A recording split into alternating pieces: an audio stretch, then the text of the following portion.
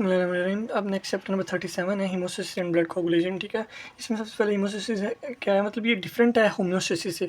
देखिए होम्योस्टेसिस क्या था कि हमने बॉडी की इंटरनल इन्वायरमेंट को मेंटेन करना था, लेकिन हीमोस्टेसिस क्या है कि हमारे पास ब्लड लॉस को प्रिवेंट करवाना है, ये हीमोस्टेसिस है। ओके, तो जब भी अभी वैसे रप्चर हो गया तो उसमें से आपको पता ब्लड वगैरह निकलेगा, तो हमने उसे रोकना है कि ब्लड ज़्यादा हमारा लॉस ना हो। ठीक है, अब हमारे पास क्या मैकेनिज्म होंगे जो हमारे पास हीमोस्टेसिस में इन्वॉल्व होंगे। सबसे पहले वेसल्स की कंस्ट्रक्शन होगी, ठीक है, उसके बाद प्लेटलेट वहाँ पे प्लग बनेगा, फिर वहाँ पे क्लोट की फॉर्मेशन हो जाएगी, और देन वहाँ पे क्लोट वहाँ पे ना कुछ फैक्टर जाएंगे, मतलब ठीक है, जो कि वहाँ पे फाइब्रस टिश्यू की ग्रोथ करवाएंगे, ताकि वो उसे होल को जो बना हुआ है ना, मतलब वहाँ पे जो सुराख बना था जहाँ से ब्लड निकल रहा था, उसे परमानेंटली बंद करवा सकें। अब इन एक करके इनको डिस्कस करते हैं कि क्या है हमारे पास। सबसे पहले वेस्कुलर कंस्ट्रक्शन में बताएंगे कि जहाँ जिस ब्लड वेसल का ट्रॉमा होगा या ब्लड वेसल रप्चर हो गया ना, ठीक है, अब उस एरिया के अंदर क्या किया जाता है, ब्लड फ्लो को कम करवा दिया जाता है। मतलब ये थी एक ब्लड वेसल यहाँ पे ट्रॉमा हो गया, तो हमने यहाँ पे ब्लड फ्लो कम करवा देना, ताकि जो यहाँ पे ब्लड आ रहा है ना वो कम आए यहाँ पे, और ब्लड लॉस कम हो। ठीक है, वो कैसे हम ब्लड रिड्यूस करवाएंगे ब्लड फ्लो यहाँ पे। सबसे पहले ना लाइक यहाँ ये मसल है ना, ये एक वेसल थी, अब यहाँ पे कोई ट्रॉमा हुआ तो हमने क्या किया है, इस एरिया के अंदर अब क्या किया है कि यहाँ के जो मसल्स होंगे वो स्पैज्म कर जाएंगे, मतलब वो कॉन्ट्रैक्ट कर जाएंगे, ताकि यहाँ पे अपना ब्लड फ्लो रिड्यूस किया जा सके। सेकंड, लोकल ऑटोकोइड कुछ फैक्टर होते हैं जो कोई ट्रॉमाटाइज टिश्यू, मतलब इस यहाँ पे वेसल इंजरी हुई है ना, तो यहाँ के जो यहाँ पे इस एरिया से कुछ ऑटोकोइड्स होंगे वो जो रिलीज होंगे, और वो यहाँ पे करवा रहे होंगे कंस्ट्रक्शन, ठीक है, ब्लड वेसल की। थर्ड, कुछ नर्वस रिफ्लेक्सेस होती हैं, ठीक है, मेनली जो पेन रिफ्लेक्स होती है या कोई दूसरी सेंसरी रिफ्लेक्सेस होती हैं जो कि इसी एरिया से जनरेट होती हैं। ठीक है, वो फिर क्या करवाती हैं हमारे पास इस ट्रोमाटाइज टिश्यू जहाँ पे हुआ है यहाँ का स्पैज्म करवाती हैं या कॉन्ट्रैक्शन करवाती हैं, ताकि यहाँ ब्लड फ्लो कम हो जाए और यहाँ से ब्लड लॉस ना हो। ओके, वो बता रहे हैं even more vasoconstriction probably result from local. देखें, वो बता रहे हैं कि जो लोकल मतलब इस एरिया के जो मसल का होगा ना, उनकी जो कंट्रैक्शन होगी वो सबसे ज़्यादा यहाँ पे ब्लड रोकने में रोल प्ले करी होगी। ठीक है, अब उसके बाद बता रहा है कि हमारे पास जो स्मॉलर वेसल होती है ना, दी प्लेटलेट्स आर, देखें जो वेसल छोटी होती है ना, स्मॉलर वेसल के अंदर क्या होता है, प्लेटलेट रिस्पॉन्सिबल होती हैं वेसो कंस्ट्रिक्शन के अंदर। कैसे जो प्लेटलेट होते हैं ना वो यहाँ पे वेसो कंस्ट्रिक्शन करवा रहे होते हैं, वो रिलीज करवाते हैं, एक फैक्टर होता है हम कहते हैं थ्रोम्बोक्सिन A2। जब थ्रोम्बोक्सिन A2 रिलीज होता है ना, तो वो एक वेसो कंस्ट्रिक्टर है, वो फिर ऑटोमेटिकली यहाँ की एरिया के अंदर वेसो कंस्ट्रिक्शन करवा देगा। ओके, उसे बताएंगे जब हमारे पास मोर स्पेयरली जब एक वेसल डैमेज होगी ना, the greater the degree of, मतलब जितनी ज़्यादा वो वेसल मतलब उस डैमेज होगा उतना ज़्यादा यहाँ का स्पैज्म होगा, और मतलब कॉन्ट्रैक्शन यहाँ पे ज़्यादा होगी। अब नेक्स्ट है हमारे पास, देखिए फर्स्ट स्टेप हमने ये पढ़ लिया, सेकंड स्टेप के अंदर हमने पढ़ा formation of platelet plug. Platelet plug की फॉर्मेशन के अंदर हमने जस्ट ये बताना है कि जब हम एक कट लगाते हैं ना, मतलब अगर कट छोटा सा है, तो देखिए आप हमारी बॉडी के अंदर तकरीबन एक दिन के अंदर ना हर दिन बहुत ज़्यादा ऐसे कट बनते हैं, माइनर मतलब कट लगते हैं जिनका हमें पता भी नहीं चलता, और उनकी मतलब वहाँ पे ना, अब देखिए जब भी कोई माइनर सा कट लगेगा ना, तो वहाँ पे क्या आएगा, प्लेटलेट प्लग आ जाएगा। ओके, यहाँ हमें पता भी नहीं चलेगा, और यहाँ पे प्लेटलेट प्लग आएगा और उसको वहाँ पे उसे ना सील कर देगा। मतलब ये वेसल थी, यहाँ पे अब कट लग गया, अब प्लेटलेट ला के इसे सील कर देगा, रैदर कि यहाँ पे कोई क्लोट बने, मतलब यहाँ पे क्लोट नहीं बनेगा, जस्ट प्लेटलेट प्लग बन जाएगा और यहाँ पे रुक जाएगा। ओके, यहाँ पे और चीज़ बताएंगे फिजिकल केमिकल प्रॉपर्टीज़ क्या है हमारे पास प्लेटलेट्स की, तो बताएंगे इनका मतलब जो इन्हें हम थ्रोम्बोसाइट्स भी कहते हैं, इनका डिस्क लाइक होते हैं और 1 to 4 माइक्रोमीटर डायमीटर होता है। ठीक है, इन्हें मेगाकैरियोसाइट भी कहते हैं, ये बोन मैरो वगैरह से बन रहे होते हैं। ओके, उसके बाद आपने यहाँ पे एक चीज़ बतानी है कि ये भी मतलब वैसे सुकीज़ करके गुजरेंगे कैपिलरीज से, जैसे RBC गुजरते थे। इनकी नॉर्मल कंसनट्रेशन क्या है, मतलब 1.5 लाख से 4.5 लाख। उसके बाद बताना इनके पास कोई न्यूक्लियस नहीं होता, इनके अंदर एक्टिन और मायोसिन प्रोटीन्स होती हैं। ठीक है, और एक प्रोटीन होती है थ्रोम्बोसिसिन। ठीक है, ये कॉन्ट्रैक्टाइल प्रोटीन है जो कि कॉन्ट्रैक्शन करवाती हैं उस एरिया के जहाँ पे हमने यहाँ पे पढ़ा भी था इसके बारे में। ठीक है, उसके बाद बताना है कि ये इनकी जस्ट हम ना ये प्रॉपर्टीज़ पढ़े हैं।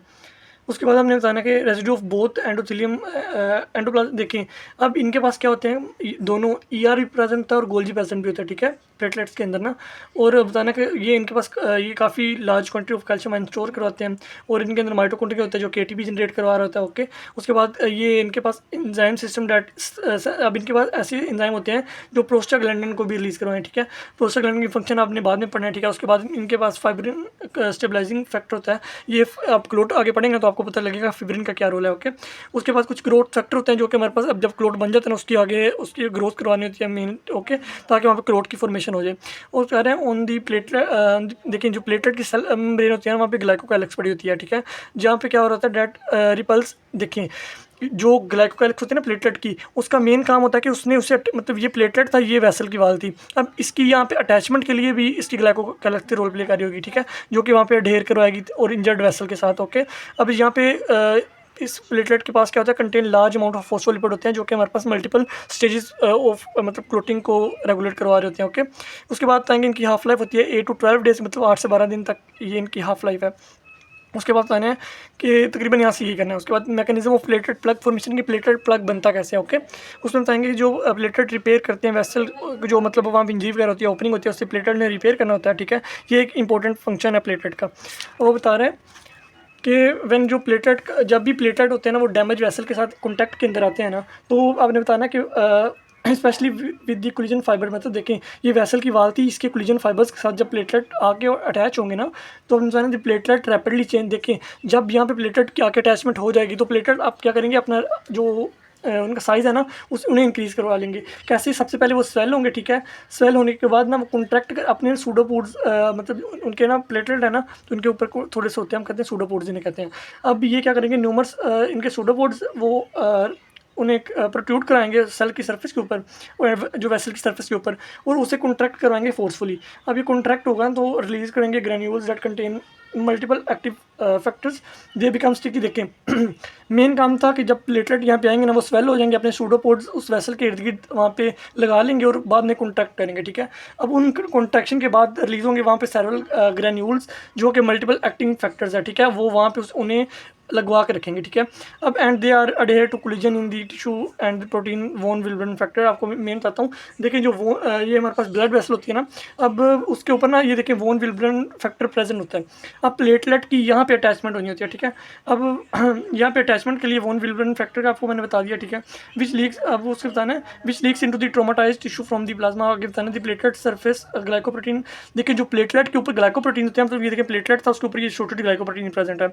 अब इन ग्लाइकोप्रोटीन ने बाइंड करवाना है अपने आप को किसके साथ, वोन विल्बर्न फैक्टर। अब उस डैमेज टिश्यू के ऊपर जो वोन विल्बर्न फैक्टर प्रेजेंट था ना, अब इन प्लेटलेट्स ने अपने आप को वहाँ पे बाइंड करवा लेना। ठीक है, अब प्लेटलेट ने उसके बाद क्या करवाना है, अपने लार्ज क्वांटिटीज ऑफ ना एडीपी और साथ में प्लेटलेट एक्टिवेटिंग फैक्टर रिलीज करवाना है, और साथ में कुछ enzyme like thromboxane A2। Thromboxane A2 का पहले पता है कि उस वेसल की वहाँ पे कॉन्ट्रैक्शन वगैरह, उस एरिया की कॉन्ट्रैक्शन वगैरह काज करवा देनी है। ठीक है, उसके बाद ना थ्रोम्बोक्सिन जो होता है हमारे पास वैसोकंस्ट्रिक्शन होता है, मैंने पहले बताया। अब एडीपी और प्लेटलेट एक्टिवेटिंग फैक्टर्स ने क्या करना है, अपने इर्द गिर्द के एरिया को ना मतलब देखें प्लेटलेट एक्टिवेटिंग फैक्टर देखें ये था, और साथ में ये हम आपके पास एडीपी आ गया। इन तीनों ने क्या किया, अब जो इर्द गिर्द के देखें एक प्लेटलेट आया वो यहाँ पे अटैच होकर उसने ये तीनों चीज़ें रिलीज करवा दी। ठीक है, अब इन्होंने क्या करना है कि इर्द गिर्द जो प्लेटलेट होंगे ना उनको भी एक्टिवेट करवा देना ताकि वो भी यहाँ पे आके अढेर हो जाए। ठीक है, this stickiness of the additional activity, देखिए और जब प्लेटलेट यहाँ पे आके लगेंगे तो वहाँ पे प्लेटलेट प्लग ना देंगे। और then therefore at a site of puncture, जहाँ पे पंक्चर वहाँ पे ब्लड वेसल डैमेज हुई है ना, दी डैमेज वेस्कुलर वाल successfully increasing the number of, देखिए यहाँ पे प्लेटलेट इंक्रीज होते रहेंगे और यहाँ पे प्लेटलेट प्लग की फॉर्मेशन हो जाएगी। प्लग जो वहाँ पे प्लेटलेट प्लग बनता है ना वो पहले लूज होगा, उसके बाद वो हल्का हल्का वहाँ पे स्ट्रॉन्ग होने लग जाएगा। ठीक है, क्योंकि यहाँ पे फिब्रिन के थ्रेड वगैरह आने लग जाएंगे एक्सेट्रा। अब इंपॉर्टेंस क्या है हमारे पास platelet mechanism of the closing vascular hole. देखिए अब जो प्लेटलेट का मैकेनिज्म जो वेसल्स के अंदर, मतलब ये वेसल है इसके अंदर कोई होल बन गया ना, अब इसको क्लोज करवाने के अंदर प्लेटलेट्स का क्या रोल है, तो मैंने बताया जो प्लेटलेट प्लगिंग मैकेनिज्म है ना ये एक्सट्रीमली इंपॉर्टेंट है, क्योंकि जो माइन्यूट जितने रप्चर होते हैं ना वहाँ पे क्लोट नहीं बनता, वहाँ पे जस्ट प्लेटलेट प्लग ही बन रहे होते हैं। ओके, अब मल्टीपल स्मॉल मैंने बताया ना जो होल्स होते हैं वो अब सारा दिन जो बनते हैं उन्हें हमारे पास क्लोज किया जाता है प्लेटलेट प्लग्स की मदद से। ओके, अब उसके बाद आपने यहाँ पे जस्ट यही चीज़ याद रखने वाली है। उसके बाद आपने ये चीज़ बतानी है ब्लड कोगुलेशन दी रप्चर्ड वेसल, मतलब जो ब्लड वेसल रप्चर हो गया ना उसके अंदर ब्लड कोगुलेशन किस तरीके से होगी। ठीक है, अब ना थर्ड मैकेनिज्म क्या है, हिमोसिस का in the formation of blood clot. मतलब पहले में हमने बताया था कि वेसल की कंस्ट्रक्शन होती थी, दूसरे में प्लेटलेट प्लग बनना था। अगर उससे भी काम नहीं रुका तो थर्ड चीज़ होती है हमारे पास हमने ब्लड क्लोट की फॉर्मेशन करवानी है। ठीक है, वो बता रहा है कि अगर हमारे पास छोटा कट है ना तो हमारे पास 15 to 20 सेकंड्स के अंदर वो बंद हो जाएगा। ठीक है, क्लोट बनने लग जाएगा। लेकिन अगर हमारे पास काफ़ी सवेर है तो तकरीबन 1 से 2 मिनट तक हमारे पास नहीं, बल्कि एक अगर 15 टू अगर ट्रोमा बड़ा है ना तो हमारे पास 15 to 20 भी सेकंड लगेंगे क्लोट बनने के अंदर। लेकिन अगर हमारे पास ट्रोमा छोटा है ना तो 1 से 2 मिनट भी लग सकते हैं। ओके, अब हमारे पास एक्टिवेटेड सब्सटेंसेस होते हैं जो ट्रोमाटाइज टिश्यू रिलीज करवा रहा होता है। अब यहाँ पे एक चीज़ आपको बताऊँ कि आपके पास सिंपल है कि आपके पास एक वेसल थी, यहाँ पे कट लगा, कट लगने के बाद देखें अब यहाँ पे क्या होगा, प्लेटलेट ने अपने आप को लगवाना स्टार्ट किया। प्लेटलेट जब हो गए ना अटैच तो उन्होंने क्या किया, अपने फिब्रिन के क्लोट बनाना स्टार्ट कर दिया। ठीक है, अब फिब्रिन वहाँ पे क्लोट जब बन जाएगा ना, अब उसके बाद फिब्रिन के क्लोट के बाद क्लोट रिट्रैक्ट करेगा और वो ये चीज़ें रिलीज कराएगा जिनसे आगे हमने पढ़ा भी था कि उन्होंने सेवरल अदर प्लेटलेट्स को एक्टिवेट करवाना है। वो बता रहा है विद इन 3 से 6 मिनट के बाद जब वेसल की रप्चर होती है ना तो इंटायर जो हमारे पास वहाँ पे मतलब जो हम पे हुआ था ना मसला, जहाँ वेसल रप्चर हुई थी वहाँ पे हमारे पास ब्रोकन जहाँ वेसल थी वहाँ पे क्लोट लग जाएगा। ओके, अब आफ्टर 20 से 60 मिनट के अंदर क्लोट वापस से रिट्रैक्ट करेगा और क्या करेगा, विच क्लोजेज दी वेसल, जो उस वेसल को बंद करवा देगा। Platelet also play role in clot retraction, मतलब प्लेटलेट ने क्लोट को रिट्रैक्ट भी करवाना है। ओके, अब फाइब्रस ऑर्गेनाइजेशन और डिसोल्यूशन ऑफ दी देखें, अब क्लोट जो बन चुका है ना आपके पास, उसका आपने मेन काम करना होता है। अब उसके प्लेटलेट मतलब जब क्लोट बन गया उसके बाद आपका क्या काम है, तो अपने बताना जब क्लोट आपके पास बन जाएगा ना तो अपने दो वहाँ पे वो उसके कोर्स होते हैं। एक तो क्या होता है वहाँ पे फाइब्रोब्लास्ट वगैरह इन्वेट करते हैं, फाइब्रोब्लास्ट जब आ जाएंगे ना तो वहाँ पे वो कनेक्टिव टिश्यू वगैरह की मतलब वहाँ डेपोजिशन करवाने लग जाएंगे। सेकंड होता है कि वो क्लोट जो बना है ना उसे डिजोल्व करवा दिया जाए, मतलब या तो उस क्लोट के अंदर फाइब्रिन वगैरह आए और उस कनेक्टिव टिश्यू आए, ठीक है, या तो वो क्लोट डिजोल्व हो जाए। वो कह रहा है यूजुअल कोर्स क्या होता है कि हमारे पास जो क्लोट जो बन रहा होता है ना स्मॉल होल के ऊपर, वहाँ पे फाइब्रोब्लास्ट वगैरह इन्वेट करते हैं, ठीक है। अब विद इन फ्यू आवर्स के अंदर क्या होता है जो क्लोट बना है ना उसके अंदर विच इज़ प्रमोटेड एटलीस्ट, मतलब देखें अब जो क्लोट बनेगा ना उसके अंदर पहले आएंगे ग्रोथ फैक्टर वहाँ से रिलीज होंगे, ठीक है। अब ये ग्रोथ फैक्टर्स क्या कराएंगे हमारे पास वहाँ पे अपनी तरफ बुलाएंगे फाइब्रोब्लास्ट वगैरह को। अब दिस प्रोसेस क्या होगा कि हमारे पास देखें अब जो फाइब्रोब्लास्ट वगैरह हैं वहाँ पे आ रहे हैं, उन्होंने वहाँ पे कनेक्टिव टिश्यू की फॉर्मेशन करनी है ताकि उस वेसल को बिल्कुल नॉर्मल किया जा सके। अब ये प्रोसेस कंप्लीट होगा तकरीबन, कह रहा है 1 से 2 हफ्तों के अंदर तकरीबन। व्हेन एक्सीड देखें कह रहा है कि when excess blood has leak, देखें ब्लड जब बहुत ज़्यादा निकल जाता है ना, द टिश्यू क्लोट है formed where there are not needed.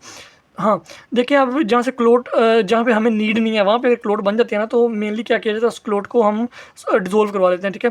हमारे पास कुछ ऐसे इंजाइम होते हैं, इंजाइम डेट डिजोल्व दी क्लोट, उन इंजाइम के जरिए हम उस क्लोट को डिजोल्व करवा लेते हैं। ओके, अब मैकेनिज्म क्या ब्लड कोआगुलेशन का जनरल मैकेनिज्म हम बताएंगे। 50 हमारे पास इंपॉर्टेंट सब्सटेंसेज हैं जो कि हमारे ब्लड कोआगुलेशन को प्रमोट करेंगे, ब्लड कोआगुलेशन हमारी हो जाए। ओके, अब जो ऐसी चीज़ें जो ब्लड कोआगुलेशन को प्रमोट करेंगे हमने उनके बारे में कहना है। ये हमारे पास है प्रो कोआगुलेंट्स, मतलब ये चाह रही हैं कि कोआगुलेशन हो जाए। अब कुछ चीज़ें ऐसे होते हैं जो कह रही होती हैं कोआगुलेशन ना हो तो उन्हें कहेंगे ये एंटी कोआगुलेंट्स हैं। ओके, अब इन दोनों के दरमियान जब बैलेंस रहेगा तो मत देखें, जब हमारे पास ब्लड कोआगुलेंट्स और एंटी कोआगुलेंट्स के दरमियान बैलेंस रहेगा ना तब तक ही वेसल के अंदर मतलब वहाँ पे ठीक रहेगी और क्लोट वगैरह ज़्यादा नहीं बनेंगे। लेकिन जब ही हमारे इन दोनों का इम्बैलेंस होगा ना तब हमारे पास बॉडी के अंदर DIC वगैरह डिसेमिनेटेड इंट्रावेस्कुलर कोआगुलेशन वगैरह स्टार्ट हो जाएगी और जो बाद में हमारे लिए मसला काज करेगी। ओके, यहाँ पे अब नेक्स्ट आपके पास एक डायग्राम है। इस डायग्राम को एक्सप्लेन करने के लिए मैंने आपको जस्ट पहले करवा देता हूँ, फिर ये पढ़ते हैं कि सबसे पहले हमारे पास क्या होता है कि हमारे पास जो प्रोथ्रोम्बिन पड़ा होता है। ओके, प्रोथ्रोम्बिन कन्वर्ट होता है, पहले सबसे आता है प्रोथ्रोम्बिन एक्टिवेटर आता है जो कि कैल्शियम को इंक्रीज होने की वजह से आता है।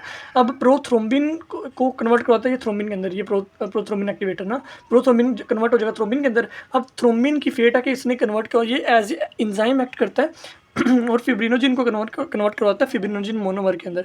अब फिब्रिन मोनोमर का काम होता है कि इसने कैल्शियम की वजह से कन्वर्ट होना होता है, मोनोमर है तो फिब्रिन फाइबर बना देंगे। अब इस फाइबर ने आपस में देखेंगे ऐसा फाइबर थे, इन्होंने आपस में क्रॉस लिंकिंग कर ली और वहाँ पे एक सही पूरा ना क्रॉस लिंकिंग करवा के पूरा उस बंद करवा दिया वेसल को। अब इसी को चीज़ पढ़ते हैं कि देखें क्लोटिंग टेक प्लेस इन सेंशियल, मतलब क्लोटिंग के एसेंशियल स्टेप्स हैं। लाइक सबसे पहले क्या होता है कि जब भी वेसल रप्चर होती है ना वहाँ पे तकरीबन हमारे पास कॉम्प्लेक्स कैस्केड एक्टिवेट हो जाता है, मतलब जिसके अंदर तकरीबन 12 क्लोटिंग फैक्टर्स हैं जो हमने यहाँ पे पढ़ने हैं। जस्ट आप इनका मैंने आपको पूरा नोमोनिक शेयर किया था कि आपने किस तरीके से करना है, तो ग्रुप के अंदर आप देख लीजिएगा, ठीक है। उसके बाद आपने बताना कि ये हमारे पास टोटल 12 हमारे पास ब्लड कोआगुलेशन फैक्टर होते हैं जो कि इस क्लोटिंग को एक्टिवेट करवा रहे होते हैं। ओके, अब उसके बाद क्या होता है कि जब इन सब के नेट रिजल्ट के अंदर क्या बनता है हमारे पास प्रोथ्रोम्बिन एक्टिवेटर। अब प्रोथ्रोम्बिन एक्टिवेटर का मैंने आपको बताया था कि प्रोथ्रोम्बिन एक्टिवेटर ने क्या करना था, प्रोथ्रोम्बिन को थ्रोम्बिन के अंदर कन्वर्ट करना। देखिए इसने कन्वर्ट करना प्रोथ्रोम्बिन को थ्रोम्बिन के अंदर।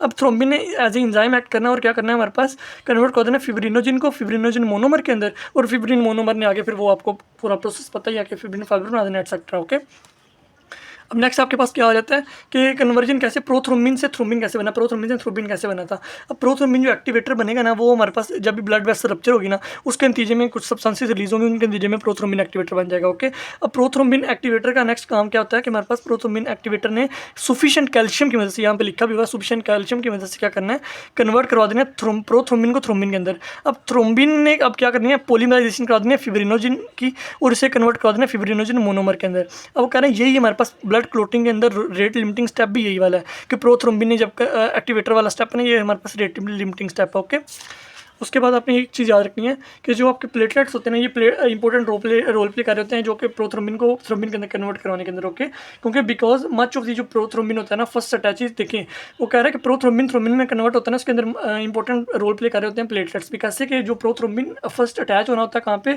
प्रोथ्रोम्बिन के रिसेप्टर के ऊपर जो कि प्लेटलेट के ऊपर प्रेजेंट होता है, इसलिए आपको ये चीज़ याद रखने वाली है।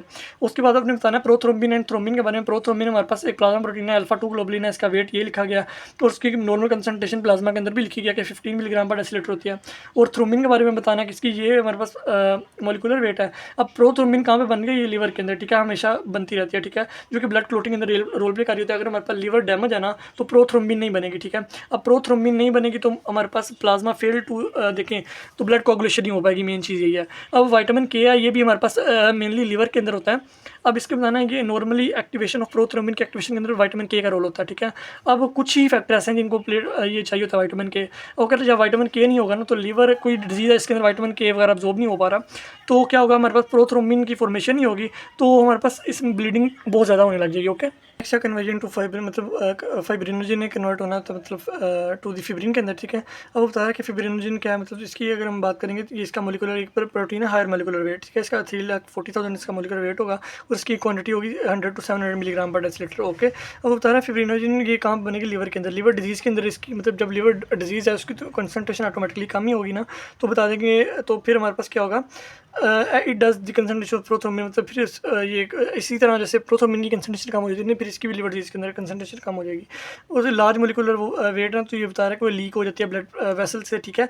तो लेकिन इसका मेन वो बता रहा है कि ये मेन कोगुलेशन वगैरह निकाल करवाएगी वहाँ पे जाके, मतलब देखें ये एक ब्लड वेसल थी, अब ये इंटरस्टिशियल वाला एरिया था, ठीक है। अब यहाँ से अब ये बाहर निकली है, जब बाहर निकल गया ना फिब्रिनोजन निकल के, तो यहाँ के जो अंदर फ्लूइड पड़ा हुआ है ना उसके अंदर ये कोगुलेशन नहीं स्टार्ट करवाएगी, ठीक है, क्योंकि इसे और फैक्टर्स चाहिए होते हैं जो कि आगे क्लोट बनवा सकें। ओके, वो बता रहा है कि when permeability of the capillary, लेकिन जब बहुत ज़्यादा कैपिलरी की परमेबिलिटी बढ़ जाएगी ना तो फिब्रिनोजन लीक करेगी टिश्यूज़ के अंदर और वहाँ पे फिर वो जाके में अलो क्लोटिंग के वहाँ पे क्लोटिंग करवा दे। तो उसके बाद हमने बताना action of the fibrinogen to form fibrin के, फिब्रिन के ऊपर क्या इसका एक्शन है। अब देखें कि थ्रोम्बिन का एक्शन क्या है कि फिब्रिनोजन को फिब्रिन में कन्वर्ट करो, तो ये हमने पहले पढ़ा भी हुआ है कि हमारे पास किस तरह थ्रोम्बिन ने फिब्रिनोजन को फिब्रिन मोनोमर के अंदर कन्वर्ट करना था। हम बताएंगे थ्रोम्बिन हमारे पास एक प्रोटीन एंजाइम है, ठीक है, इसने एक्ट करना होता है हमारे पास किसके ऊपर, फिब्रिनोजन के ऊपर, और उसके तकरीबन 4 मोलिकुलर पेप्टाइड तोड़े, मतलब देखें ये फिब्रिनोजन था ना इसके तकरीबन 4 पार्ट कर देना, सिंपल 4 वहाँ से छोटे पेप्टाइड उतार देना, ठीक है। अब इनको हम कहेंगे ये फिब्रिन मोनोमर बन गया, ठीक है, जिनके अंदर कैपेबिलिटी है कि वो आपस में पॉलीमराइज हों और आपस में ना एक वो क्रॉस लिंकिंग कर सकें। ओके, उसके बाद हमने बताना कि देयरफॉर मैनी फिब्रिन जो मोनोमर होंगे ना वो पॉलीमराइज होंगे, ठीक है, और लॉन्ग फिब्रिन फाइबर्स बना देंगे। देखिए यहाँ पे आपके पास गिवन भी है कि देखिए ये हमारे पास ये छोटे छोटे जो धागे धागे नजर आ रहे हैं ये हमारा फिब्रिन की क्लोट है। ओके, देखिए सबसे क्या हुआ, प्रोथ्रोम्बिन ने थ्रोम्बिन के अंदर कन्वर्ट होना है और उसने आगे कन्वर्ट करना फिब्रिनोजन को किसके अंदर, फिब्रिन के अंदर। अब फिब्रिन की आगे देखिए क्रॉस लिंकिंग हो रही है यहाँ पे। उसके बाद बता रहे हैं कि हमारे पास आमतौर पे सब फर्स्ट इनको भी ये बहुत वीक, इतनी खास स्ट्रॉन्गर फोर्सेज नहीं होती, ठीक है, weak non covalent hydrogen bonding present होती है उसके बाद, ठीक है, और ये आपस में क्रॉस लिंकिंग होते हैं। लेकिन उसके बाद क्या होता है कि यहाँ पे क्या होता है, फिब्रिन स्टेबलाइजिंग फैक्टर आता है जो कि इसे स्टेबलाइज करवाता है, ठीक है। स्टेबलाइज करवाने के बाद जब हमारे पास मतलब पहले इस फैक्टर को एक्टिवेट करवा जाएगा, मस्ट इट ये एक्टिवेट होगा तो फिर काम होगा वरना कोई काम नहीं होगा। जब ये एक्टिवेट हो जाएगा ना फिब्रिन स्टेबलाइजिंग फैक्टर तो ऑटोमेटिकली ये कन्वर्ट करवा देगा ये वीक फोर्सेस को कन्वर्ट करवा देगा stronger forces like covalent bonds के अंदर, ठीक है, between the more and more fibrin fibre के अंदर पहले वीक फोर्सेस थी अब कोवलेंट फोर्सेस आ जाएंगी, ठीक है। अब वो बता रहा है कि ये उसे स्ट्रेंथन कर देंगे उस 3 डायमेंशनल जो मेशवर्क है ना। अब ब्लड क्लोट के बारे में बात करेंगे तो हमने क्लोट किससे बनता है, फिब्रिन के फाइबर होते हैं जो कि हमारे पास आल देखिए फिब्रिन के फाइबर हैं जो आल डायरेक्शन में मूव करेंगे धागे धागे से जो है, ठीक है। अब इसके बता रहे हैं आल डायरेक्शन में मूव कर रहे थे जिन्होंने अब अपने अंदर ब्लड सेल्स को प्लेटलेट वगैरह को इनक्लोज करवाया हुआ है। अब फिब्रिन के जो फाइबर होंगे ना वो देखें ये इन दागिनुमा है ना, इन्होंने क्या किया देखें ये ब्लड वेसल के ऊपर अपने आप को ढेर करवा लिया है ताकि प्लेटलेट जो यहाँ पे लग गए हैं ना वो यहीं पे लगे रहें और यहाँ पे क्लोट मतलब देखिए यहाँ पे धागे होंगे यहाँ पे धागे और बाद में ये आपस में एक दूसरे को पुश करेंगे और ये वेसल अपने एक दूसरे के पास आ जाएगी और ये यहाँ पे जो होल बना था वो बंद हो जाएगा। उसके बाद था ओपनिंग को बाद में वो बंद हो जाएगी ताकि प्रिवेंट करा सकें हम ब्लड लॉस को। ओके, उसके बाद हमने यहाँ पे एक चीज़ बतानी है कि हमारा ब्लड जो क्लोट बन गया ना उसके बाद हमने क्लोट की रिट्रैक्शन हुई है। क्लोट रिट्रैक्शन कैसे होना है, जब देखें विद इन फ्यू मिनट्स के अंदर क्या होता है कि जो क्लोट यहाँ पे बन चुका है ना उसने रिट्रैक्ट करना है। रिट्रैक्ट का मतलब क्या होता है कि मतलब देखिए उसने ऐसे अपने आप को बंद करना है, देखें जिसकी वजह से क्या होगा कि जो फ्लूइड अंदर पड़ा होगा ना लाइक उसके अंदर क्या क्या हो सकता है हमारे कुछ फिब्रिन वगैरह हो सकते हैं उसकी डिफरेंट प्रोटीन्स होती हैं तो वो हम रिमूव करवा देंगे क्लोटिंग फैक्टर्स वगैरह को ना, उससे हम कह देंगे ये सीरम है। आपने मेन देखा होगा जब आपको कट लगता है ना तो कट में जब ब्लड रुकना बंद होता है थोड़ी देर बाद उसके ऊपर थोड़ा हल्का सा वाटर सा आ जाता है तो वो सीरम होता है। ओके, उसके बाद आपने यहाँ पे चीज़ बतानी है कि जो आपके पास प्लेटलेट्स होते हैं ना, ये नेसेसरी हैं फॉर क्लोट हमारे पास रिट्रैक्शन के अंदर। देखो क्यों क्लोट रिट्रैक्शन क्यों ज़रूरी होती है कि अगर क्लोट रिट्रैक्ट ना हो तो हम कह देंगे हमारे पास थ्रोम्बोसाइटोपिनिया के प्लेटलेट हमारे पास कम हो गए, ठीक है। उसके बाद बताना कि हमारे पास जो प्लेटलेट होते हैं इनके अंदर आपको पहले पता है कि हमारे पास डिफरेंट प्रोटीन होती है, थ्रोम्बोसिन हो गया, एक्टिन हो गया, मायोसिन हो गया। तो ये सारी हाल की हाल कॉन्ट्रैक्टाइल प्रोटीन होते हैं। कॉन्ट्रैक्टाइल प्रोटीन है तो इसलिए ये रोल प्ले करेंगे किसके अंदर, क्लोट की कॉन्ट्रैक्शन के अंदर, ओके। तो होता है ना दिस एक्शन आल्सो हेल्प, ये देखें ये जो कॉन्ट्रैक्शन होनी है ना इसने कंप्रेस कर देना फिब्रिन के मैशवर्क को कि वो छोटा हो जाए, ओके। जब ये छोटा हो जाएगा ना तो फिर इसके अंदर से वो सक्रीट करवाएंगे, मतलब यहाँ पे मतलब ये एक्टिवेट कौन करवाएगा, थ्रोम्बिन हो गया हमारे पास, कैल्शियम आइन हो गया, ठीक है। वो यहाँ पे ions release from the calcium store, वो यहाँ से कैल्शियम स्टोर कैल्शियम वगैरह रिलीज होंगे जो कि कॉन्ट्रैक्शन वगैरह करवा रहे होंगे। अब positive feedback of the clot formation के अंदर हम बताएंगे कि जो हमारे पास होता है ना वंस जब ब्लड क्लोट बन जाता है आपके पास तो इट नॉर्मली एक्सटेंड, लेकिन जब क्लोट बनता है छोटा होता है फिर वो बड़ा होने लग जाता है। इसी को कहते हैं मतलब देखें जब क्लोट बनेगा तो वो इनिशिएट करेगा पॉजिटिव फीडबैक टू प्रमोट, देखें क्लोट ज़्यादा से ज़्यादा बड़ा हो, ठीक है। और मोस्ट इंपॉर्टेंट काज होती है कि इस क्लोट की प्रमोशन के अंदर कि इस the action of proteolytic action of thrombin अलो, देखें जो प्रोटियोलिटिक एक्शन होता है ना थ्रोम्बिन का वो अलो कर रहा होता है कि हमारे पास कि इट टू एक्ट मैनी, मतलब देखें कि और से और हमारे पास क्लोटिंग फैक्टर एक्टिवेट हो और हमारे पास एडिशन जो फिब्रिनोजन एक्टिवेशन, मतलब मेन देखें एक क्लोट होता है ना उसके अंदर उसकी मतलब ये क्लोट छोटा सा उसे बड़ा करने के अंदर रोल किसका होता है, मेन प्ले कर रहे होते हैं हमारे पास थ्रोम्बिन का प्रोटियोलिटिक एक्शन रोल प्ले कर रहा होता है, क्योंकि वो करता है मतलब डिफरेंट फैक्टर्स के ऊपर एक्ट करके ना उन्हें एक्टिवेट करवा रहा होता है। और ओके उसके बाद आपने यहाँ जस्ट कुछ खास नहीं करना, एक लास्ट लाइन करनी है वन से क्रिटिकल अमाउंट ऑफ, देखें थ्रोम्बिन जब हमारे पास बन जाएगा ना, देखें जब थ्रोम्बिन हमारे पास बन गया है तो वो पॉजिटिव फीडबैक डेवलप करेगा कि still more blood clotting develop हो, मोर देखें मोर एंड मोर थ्रोम्बिन बने, देखें वो थ्रोम्बिन से और ज़्यादा थ्रोम्बिन बनेगा और थ्रोम्बिन बनेगा तो वो आपके पास ब्लड क्लोटिंग के अंदर रोल प्ले करेगा, ठीक है। अब उसके बाद आपने यहाँ से एक चीज़ बतानी है कि जो इनिशिएशन होती है ना, आपने ब्लड कोगुलेशन के बारे में बताने कि जो ब्लड कोगुलेशन उसकी इनिशिएशन कैसे होगी, जो क्लोटिंग प्रोसेस होगा ना ये मोर कम्प्लेक्स मैकेनिज्म है, ठीक है। उसके बाद हमने बताना 3 मैकेनिज्म है हमारे पास टोटल। सबसे पहले ब्लड वेसल को कोई ट्रोमा होगा, वहाँ से ब्लड निकलेगा, फिर वहाँ पे क्या होगा कॉन्टैक्ट ऑफ, जब ये ब्लड आएगा अपने डैमेज एंडोथेलियल के साथ लगेगा आके, उसके बाद वो बताएगा फॉर्मेशन होगी प्रोथ्रोम्बिन एक्टिवेटर की और बाद में वो क्लोटिंग वगैरह होगी। तो हमने ये पहले भी प्रोसेस पढ़ा हुआ है। तो हमने बताना था जो प्रोथ्रोम्बिन एक्टिवेटर होता है ना वो 2 तरीके से बन सकता है, या तो एक्सट्रिंसिक पाथवे या इंट्रिंसिक पाथवे। लेकिन देखें जब ब्लड वेसल की मतलब ये ब्लड वेसल थी उसकी जब वॉल डैमेज होगी ना तो हम बताएंगे एक्सट्रिंसिक पाथवे एक्टिवेट हो जाएगा। लेकिन जब ब्लड को मतलब ब्लड को कोई इशू बनेगा तो वो इंट्रिंसिक पाथवे को एक्टिवेट करवाएगा। इन दोनों के अंदर क्या होता है हमारे पास डिफरेंट क्लोटिंग फैक्टर्स हैं वो एक्टिवेट रोल प्ले करेंगे, ठीक है। वो कन्वर्ट करवा देंगे अपने एक्टिव फॉर्म में कन्वर्ट हो जाएंगे और जो बाद में ब्लड क्लोटिंग वगैरह करवा रहे होंगे, ओके। अब इनको हम लिखते हैं मतलब रोमन में, वो छोड़ दें। उसके बाद आपने एक चीज़ बतानी है कि जब भी हमारे पास ये क्लोटिंग फैक्टर्स एक्टिवेट होंगे ना, लाइक देखें एक्सट्रिंसिक पाथवे की बात करेंगे तो यहाँ पे बता रहा है कि जब भी हमारे पास ट्रोमा होगा ना हमारे पास ब्लड की वेसल की वाल को, तो उसके अंदर क्या होगा हमारे पास सबसे पहले रिलीज होगा टिश्यू फैक्टर का। अब टिश्यू फैक्टर कहाँ से रिलीज होगा, जब ट्रोमाटाइज ब्लड वेसल होगी ना उससे वहाँ से रिलीज होगा, ठीक है। अब वो टिश्यू फैक्टर थ्रोम्बोप्लास्टिक होगा, ठीक है। अब this factor is compose mainly कहाँ पे फोस्फोलिपिड से बना होगा, लाइपोप्रोटीन, लेकिन प्रोटियोलिटिक एंजाइम वगैरह से बना होगा, मतलब इसे कह देंगे ये टिश्यू फैक्टर है, ओके। अब टिश्यू फैक्टर के बाद एक्टिवेशन होनी है, मतलब कन्वर्ट होना होता है फैक्टर 10 ने। पहले मैं आपको एक बार पूरा ये समझा दूँ फिर उसके बाद मैं आपको बुक रीडिंग करवाता हूँ कि सबसे पहले जो आपके पास है ना हमारे पास फैक्टर 10 है। सबसे पहले ट्रोमा हो गया, टिश्यू फैक्टर एक्टिवेट हो गया। मैंने आपको बताया ना टिश्यू फैक्टर ने कन्वर्ट मेन होना होता है, जो फैक्टर 10 है ना उसे एक्टिविटी 10 फॉर्म में कन्वर्ट करना होता है। अब इस टिश्यू फैक्टर को एक्टिविटी 10 में कन्वर्ट करने के लिए हमारे पास 7 से 7A फैक्टर कन्वर्ट होना जरूरी है। ये सारे फैक्टर आपने यहाँ पे अच्छे तरीके से स्टेबल से कर लेने हैं, ओके। उसके बाद बताना है कि 10 से एक्टिविटी 10 के अंदर कन्वर्ट होगा, 10 ने फिर आपके प्रोथ्रोम्बिन एक्टिवेटर को करवा देना एक्टिवेट। अब प्रोथ्रोम्बिन एक्टिवेटर ने थ्रोम्बिन को एक्टिवेट करवाना है, जिसने आगे फैक्टर 5 को एक्टिवेट करवा देना है और साथ में बस प्रोथ्रोम्बिन से थ्रोम्बिन बनेगा। थ्रोम्बिन से आगे हमारे पहले पता है फिब्रिनोजन से फिब्रिन बनेगा, एक्सेट्रा हमारा क्लोट बन जाएगा, ओके। तो यहाँ पे आपको ये बताया गया कि हमारे पास क्या होता है कि जब रिलीज होगा टिश्यू फैक्टर से एक्टिवेशन होगी फैक्टर 10 की, 7 यहाँ पे 7A के अंदर कन्वर्ट हो जाएगा, ओके।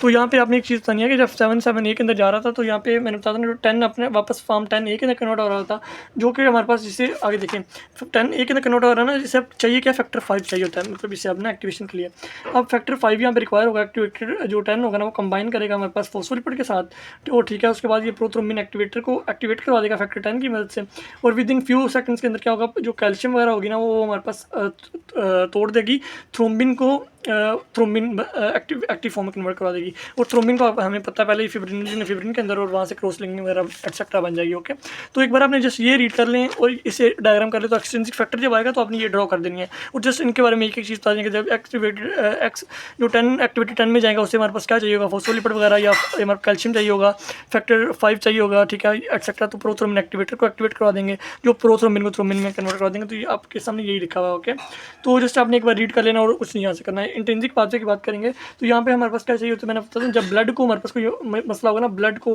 तो तब हमारे पास इंट्रिंसिक पाथवे एक्टिवेट हो जाएगा। यहाँ पे सबसे पहले आपको पूरा पाथवे बता देता हूँ, उसके बाद मैं आपको इसके बुक रीडिंग करवाता हूँ। सबसे पहले ब्लड को कोई देखिए ट्रोमा होगा, ब्लड को ट्रोमा हो गया। ओके, जो फैक्टर 12 है वो 12 ए के अंदर कन्वर्ट हो जाएगा। वो अगर 12 वाला हमारे पास 11 को एक्टिवेटेड 11 में कन्वर्ट करा देगा। अब एक्टिविटी 11 क्या करेगा, 9 को फैक्टर देखें 9 ए के अंदर कन्वर्ट करा देगा, मतलब देखिए एक्टिव फॉर्म में कन्वर्ट करवा दें जस्ट। उसके बाद सारा ये देखें 9 के बाद आपने सिंपल एक्सट्रिंसिक पाथवे डाला देंगे, एक्स से फैक्टर 10 से एक्टिविटी 10 हो गया, इससे फैक्टर 5 चाहिए होगा देखें। उसके बाद आपने बताना है कि प्रोथ्रोम्बिन एक्टिवेटर बनेगा और एटसेट्रा। तो बाकी मतलब सारा वही होगा, जस्ट आपने यहाँ पे 3 फैक्टर के बाद याद रखना है, फैक्टर 12, फैक्टर 11, फैक्टर 9 और उसके बाद फैक्टर 10 वाला सारा पाथवे एक्टिवेट हो जाना है।